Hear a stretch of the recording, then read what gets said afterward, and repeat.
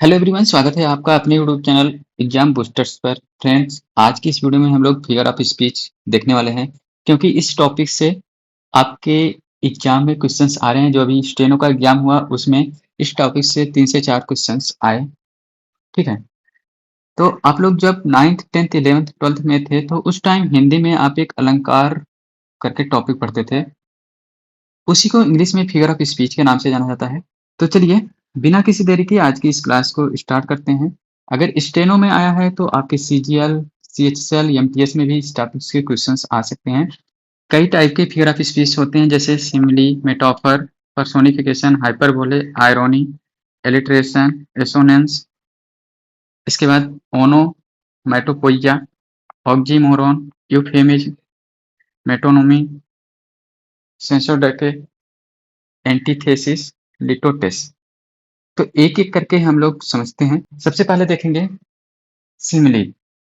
First है आपका simile, जिसका हिंदी अर्थ होता है उपमा। डायरेक्ट कंपैरिजन होता है दो डिफरेंट ऑब्जेक्ट के बीच, जिसमें आपको लाइक और एज या फिर सो इन सब का यूज किया हुआ दिखेगा सेंटेंसेज में। जैसे एग्जांपल आप देखेंगे, her smile was like sunshine. यहाँ पे आप देखिएगा सेंटेंस के बीच में लाइक भी है, यानी कि उसकी मुस्कुराहट को सनशाइन से कंपेयर किया जा रहा है। ये होगा आपका उपमा। दूसरा होगा मेटाफर। इसका हिंदी अर्थ होता है रूपक। यहाँ पे क्या हो रहा है कि डायरेक्ट कंपैरिजन हो रहा है, लेकिन उसमें लाइक या फिर एज का उपयोग नहीं किया जा रहा है। कंपैरिजन हो रहा है, डायरेक्ट कंपैरिजन हो रहा है। जैसे टाइम इज ए थीप, यानी टाइम का कंपैरिजन थीप से हो रहा है। ठीक है, डायरेक्ट कंपैरिजन। सिमिली में जो है लाइक, एज या फिर सो का उपयोग किया जाएगा, जबकि मेटाफर में नहीं होगा। टाइम इज ए थीप एकदम डायरेक्ट कंपैरिजन हुआ है। यहाँ पे लाइक, सो, एज इन सब का यूज नहीं हुआ है। जैसे आप एक एग्जांपल और देख सकते हैं, he is as brave as a lion. यहाँ पे देखिएगा उसका जो कंपैरिजन है वो शेर के साथ हुआ है, और यहाँ पे बीच में आप देखेंगे एज एज का उपयोग भी किया गया है। अब देखते हैं आपका तीसरा तीसरा है पर्सोनिफिकेशन। पर्सोनिफिकेशन, इसका हिंदी जो होता है होता है मानवीकरण। मानवीकरण, इसमें क्या होता है, नॉन ह्यूमन बींग्स को ह्यूमन की तरह दिखाया जाता है। नॉन ह्यूमन बींग्स को ह्यूमन की तरह दिखाया जाता है, बताया जाता है। जैसे एग्जांपल आप देखेंगे, the wind whispered through the trees, यानी कि हवा जो है वो विस्पर्ड मतलब फुसफुसाई। तो भाई हवा कैसे फुसफुसाएगा? फुसफुसाता है तो आदमी, ह्यूमन बींग्स। तो यहाँ पे पर्सोनिफिकेशन हो जाएगा। जैसे एक एग्जांपल और देखो, the birds the birds told me, the birds told me something. ठीक है, तो पक्षी ने मुझे बताया। तो पक्षी तो बोल नहीं पाती, तो उसका पर्सोनिफाई किया गया है। ठीक है, तो इस तरह के एग्जाम्पल आप देखेंगे, वो पर्सोनिफिकेशन के अंतर्गत आता है। नेक्स्ट है आपका हाइपरबोल। चौथा नंबर है हाइपरबोले। इसको हिंदी में अतिशयोक्ति बोलते हैं। अतिशयोक्ति बोलते हैं। किसी भी चीज को बहुत ज्यादा बढ़ा चढ़ा के बोला जाएगा। इसमें जो है किसी भी बात को बहुत बढ़ा चढ़ा के बोला जाएगा। एग्जेगरेशन फॉर एम्फेसाइज आर इफेक्ट। जैसे एग्जाम्पल आप देखिएगा, I am so hungry I could eat a horse. मैं इतना भूखा हूं कि मैं घोड़ा खा सकता हूँ। भाई कैसे घोड़ा खा सकते हो? तो इसमें क्या है, बहुत ज्यादा एग्जेगरेट किया गया है, एम्फेसाइज करके बताया गया है। जैसे एग्जाम्पल आप, the old lady wept a river of tears. The old lady wept a river of tears, मतलब एक बूढ़ी औरत है, वो इतना रोई कि नदी में जितना पानी होता है उतना आंसू हो गया। तो ये सब क्या होगा, ये हाइपरबोल के अंतर्गत आएगा। नेक्स्ट आपके सामने है आयरोनी। आयरोनी का हिंदी होता है व्यंग्य। पांचवा नंबर है आपका व्यंग्य, फनी वे में बोलेंगे। It is the use of words that mean the opposite of what you really think, especially in order to be funny. Opposite हो जाएगा, जैसे कोई चीज सोच रहे हो उसका अचानक अपोजिट हो जाएगा और एक फनी वे में होगा, तो उसको बोलेंगे आयरोनी। यहाँ पे देखिएगा, एक contrast between appearance and reality often with A twist of meaning. जैसे एग्जांपल आप देखिएगा, ही इज माई ब्रिलियंट सन। एक एग्जाम्पल देखिएगा यहाँ पे, he is my brilliant son who failed of college, who failed of college. Brilliant son है मेरा, लेकिन वो फेल हो गए, तो हुआ ना। यहाँ पे अपोजिट है, कॉन्ट्रास्ट है, इसके साथ साथ अपोजिट भी है, कॉन्ट्रास्ट है, इसके साथ साथ क्या है, एक फनी वे में है। ए फायर स्टेशन बर्न्स डाउन, यहाँ पे देखिएगा ये भी कॉन्ट्रास्ट है और फनी वे में है। नेक्स्ट है आपका 6 एलिट्रेशन। एलिट्रेशन को हिंदी में बोलते हैं अनुप्रास। अनुप्रास, इसमें क्या होता है, repetition of consonant sounds at the beginning of words. यहाँ पे जो है कॉन्सोनेंट साउंड का रिपीटेशन होता है with similar phonetic sound. Phonetic sound जो है वो सिमिलर होगा, और इसके साथ साथ जो वर्ड्स होंगे वो पास पास होंगे। जैसे यहाँ पे सी सेल्स बाय द सी शोर, सी सेल्स बाय द शोर। यहाँ पे देखिएगा सबका जो है आपका साउंड जो है वो रिपीट हो रहा है, तो ये आपका इलिट्रेशन होगा जिसमें साउंड्स जो है वो रिपीट हो। नेक्स्ट है आपका एसोनेंस। एसोनेंस, इसमें क्या होता है, इसमें वोवेल साउंड का रिपीटेशन होगा, ठीक है। एलिट्रेशन में कॉन्सोनेंट साउंड का रिपीटेशन होगा, एसोनेंस में वोवेल साउंड्स का रिपीटेशन होगा। जैसे the rain in Spain stays mainly in the plain, यहाँ पे देखिएगा ए आई ए आई ए आई ए आई, इसका रिपीटेशन हो रहा है। और ये पास पास नहीं रहेंगे, थोड़ा दूर दूर भी रहेंगे तब भी चलेगा, थोड़ा दूर दूर रहेंगे तब भी चलेगा। यहाँ पे देखिएगा पास पास था, सी सेल्स सी शोर, यहाँ पे थोड़ा दूर दूर रहेगा फिर भी चलेगा, तो ये होगा आपका एसोनेंस। नेक्स्ट है 8th नंबर, ओनोमेटोपोइया।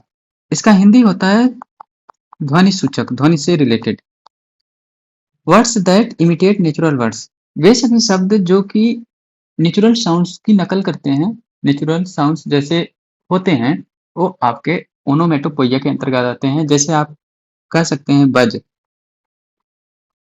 हिस, मरमर, स्प्लैश।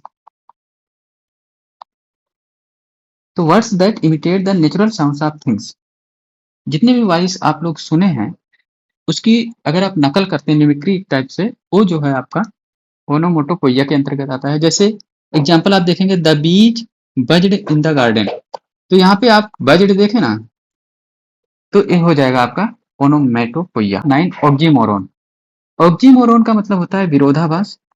यहाँ पे देखिएगा कंबाइनिंग कंट्राडिक्टी टर्म्स, अपोजिट वर्ड्स जो है वो एक साथ रहें। डीफनिंग साइलेंस, ये क्या है आपके एक दूसरे के अपोजिट हैं, तो ये ऑक्जीमोरन होगा। 10th है यूफेमिज्म। यूफेमिज्म, यूफेमिज्म का मतलब क्या होता है, व्यंजना। इसको आप बोल सकते हैं हिंदी का व्यंजना, हिंदी मत ही समझिए। यूफेमिज्म क्या होता है, व्यंजना। इसमें क्या होता है कि कोई हार्श या फिर एकदम ब्लंट, एकदम हार्श वर्ड को आप एकदम पोलाइट तरीके से प्रेजेंट करोगे, तो वो आपका यूफेमिज्म कहलाता है। जैसे आप कभी कभी ऐसा होता है, जैसे एग्जांपल आप यहाँ पे देखिएगा, he passed away instead of he died, वो मर गया, वह मर गया, इसकी जगह पे आप ये बोलो कि ही पास्ड अवे। ये थोड़ा पोलाइट दिख रहा है, जबकि ये एकदम हार्श दिख रहा है। तो बस यही है यूफेमिज्म, किसी भी हार्श या ब्लंट चीज को माइल्ड या पोलाइट रूप में प्रकट करना, ये क्या है, यूफेमिज्म। आगे है आपका मेटोनमी। मेटोनमी और यहाँ पे साइनेस्टोक, ये दोनों सेम ही है लगभग। यहाँ पे देखिएगा substituting a related term for the one meaning, और यहाँ पे देखिएगा using a part to present the whole और वाइस वर्सा। एक एग्जांपल यहाँ पे देखिए, would be it would be easier if you could give a if you could give a hand। और दूसरा एग्जांपल आपके सामने है, we are planning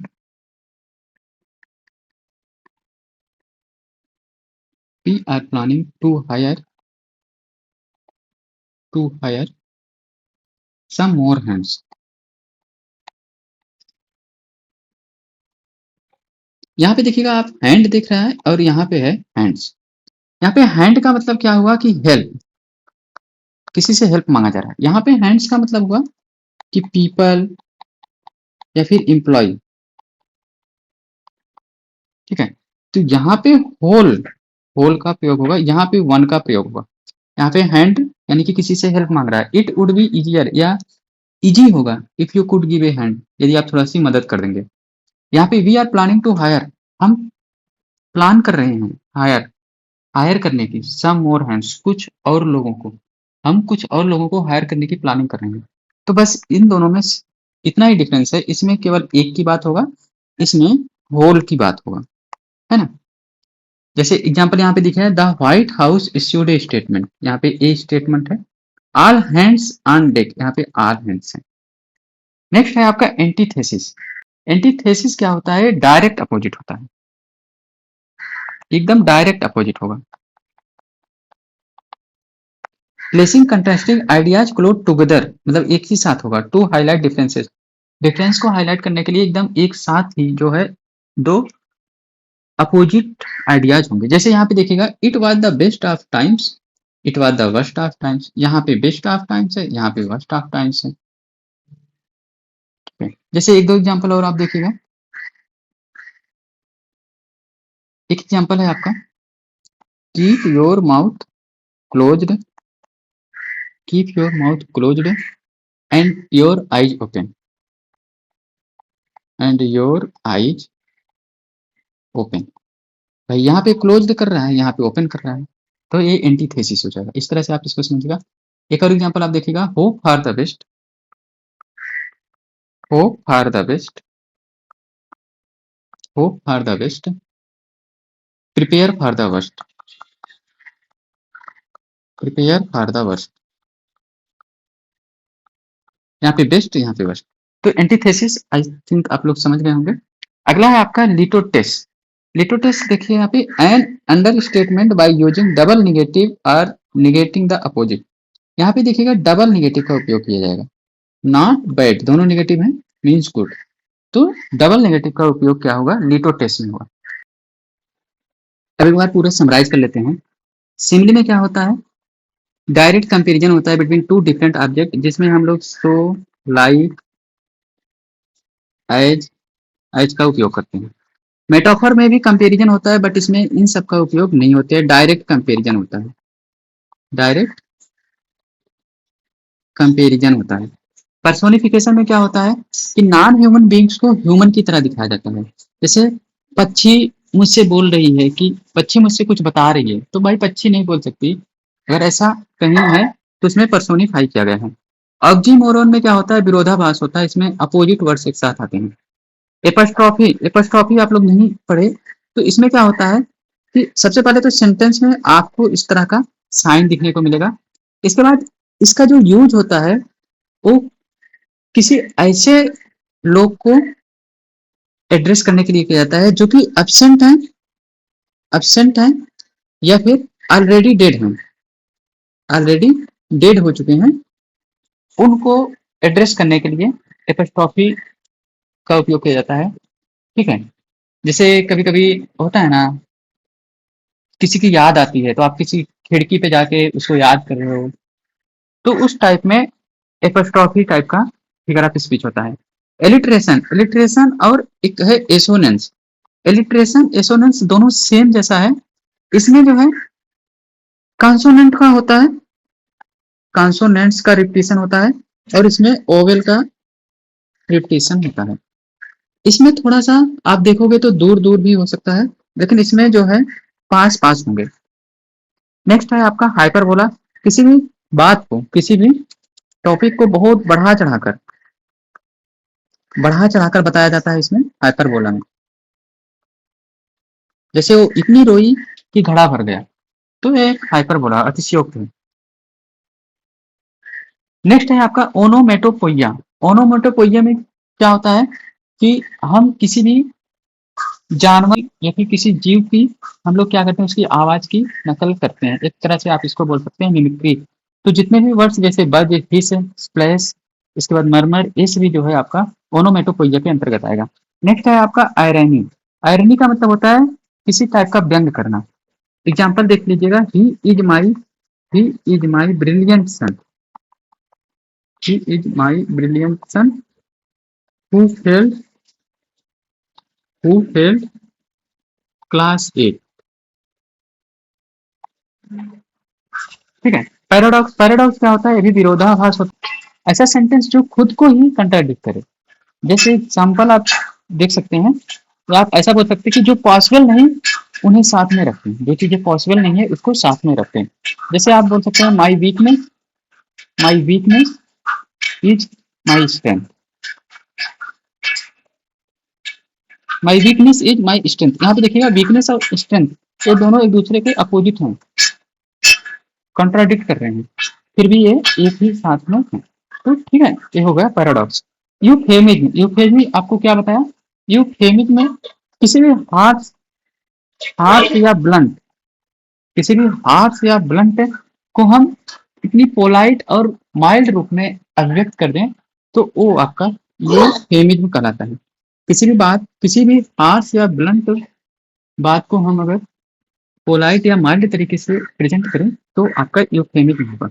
idiom, idiom तो आप लोग समझते ही हैं, जिसको मुहावरा बोलते हैं। An expression whose meaning is different from the meaning of the individual words in it. बहुत सारे मुहावरे हैं, आप लोग इडियम्स पढ़ते हैं, वही हुआ। नेक्स्ट है आपका एंटीथेसिस। एंटीथेसिस जो होता है वो डायरेक्ट अपोजिट होता है, डायरेक्ट अपोजिट होता है। एंटीथेसिस जो है वो डायरेक्ट अपोजिट होता है। दो अलग अलग क्लाज होते हैं जो कि कॉलन और सेमी कॉलन से अलग हुए रहते हैं। एग्जाम्पल जैसे देख लीजिएगा, hope for the best, hope for the best, prepare prepare for the worst. तो यहाँ पे बेस्ट और वर्स्ट जो है ये डायरेक्ट अपोजिट है और कॉलन या सेमी कॉलन से दो अलग अलग क्लॉज में रखे हुए हैं। नेक्स्ट है आपका एपिग्राम। एपिग्राम का हिंदी होता है चुटकुला। चुटकुला, चुटकुला से आप सीधा रिलेट कर जाएंगे कुछ मजेदार चीजें। ठीक है, सटेरिकल, सटेरिकल या फिर फनी टाइप का। जैसे एग्जांपल आप देख लीजिएगा यहाँ पे, there are no games without pains, there are no games without pains. एक और एग्जांपल यहाँ पे देखिएगा, if we don't end war, if we don't end war, if we don't end war, war will end us, war will end us. तो ये सभी क्या है? एपिग्राम है। जैसे एक और एग्जांपल आप यहाँ पे सुनते होंगे अक्सर, the child is father of, the child is father of the man. ये सभी क्या है? एपिग्राम है। पीयूएन, पन, पन का मतलब होता है यमक अलंकार, आप पढ़े होंगे यमक। इसमें क्या होता है? इसमें होमोनिम्स का प्रयोग किया गया होता है। इसमें क्या होता है, ध्यान से समझिएगा। It includes a play of words that have more than one meaning or those that sound alike. जो साउंड होगा वो सेम होगा, दो वर्ड होंगे जिनके साउंड जो होंगे सेम होंगे लेकिन उनकी जो मीनिंग होगी वो डिफरेंट होगी। दो वर्ड्स, एक सेंटेंस में दो वर्ड्स का उपयोग किया गया होगा, उन दोनों वर्ड्स की साउंड जो होगी वो सेम होगी लेकिन उनके मीनिंग जो होंगे वो अलग अलग होंगे। जैसे एक एग्जांपल आप देखिएगा, can you tie A not, I can not. यहाँ पे ए नॉट और ए नॉट दोनों का जो साउंड है वो सेम है लेकिन उनकी मीनिंग अलग अलग है। नॉट का मतलब होगा नहीं और इस नॉट का मतलब होगा गांठ। अब आप समझ गए होंगे कि साउंड, दो वर्ड्स होंगे जिनके साउंड सेम होंगे लेकिन उनके मीनिंग अलग अलग अलग होंगे। अब यहाँ पे एक है मेटोनिम और सिंकोडेक। इन दोनों में क्या होता है, ये जो है ये एक सिंगल, इसमें केवल एक का बात किया जाएगा। इसमें जो होगा वो होल का बात होगा, ठीक है। It would be, it would be easier, example देखिएगा, it would be easier if you could give a hand, यहाँ पे बात करेगा ए हैंड, और यहाँ पे बात करेगा हैंड्स। जैसे we are planning to hire some more hands, यहाँ पे हैंड्स, तो यहाँ पे इस हैंड्स का मतलब होगा पीपल या फिर इम्प्लॉय, इसको पहले ही समझा चुके हैं, ठीक है। तो सीधा सा आपको यहाँ पे ध्यान रखना होगा कि सिंगल या एक के लिए और होल के लिए उपयोग होगा। एंटी क्लाइमैक्स, अब बात करते हैं एंटी क्लाइमैक्स की, ठीक है। एंटी क्लाइमैक्स में क्या होता है, ध्यान से समझिएगा। एंटी क्लाइमैक्स जैसे मान लीजिए कि कोई फंक्शन है, स्टार्टिंग में बहुत मजेदार है, बहुत मस्त है, और एंडिंग जो होगा उसका, उसका जो एंडिंग है वो डिसअपॉइंटिंग हो गया, यानी कि एक्साइटिंग सीरीज जो है उसका जो एंडिंग है वो डिसअपॉइंटिंग हो गया, तो इसको बोलते हैं एंटी क्लाइमैक्स। उम्मीद करता हूँ आप समझ गए होंगे। तो बस इतना ही है। अब सीधा हम क्वेश्चन से जो दो तीन थे उसको देख लेते हैं। पहला क्वेश्चन था which figure of speech is used in the old lady wept a river of tears. River of tears मतलब इतनी रोई कि नदी जैसा होगा, तो यहाँ पे हाइपर बोले होगा, आंसर होगा option number B. The figure of speech used I wandered lonely as, यहाँ पे देखिएगा एज आ गया, एक क्लाउड, यहाँ पे कंपेयर हो रहा है, तो यहाँ पे एज आया तो इसलिए सिमली हो जाएगा। नेक्स्ट है which of the following is an example of ओनोमेटोपोइया। ओनोमेटोपोइया जो कि ध्वनि सूचक होगा, तो यहाँ पे मरमर इस क्वेश्चन का राइट आंसर होगा। उम्मीद करता हूँ आपको क्लास पसंद आई होगी। मिलते हैं नेक्स्ट किसी क्लास में, तब तक के लिए bye, take care, thanks for watching.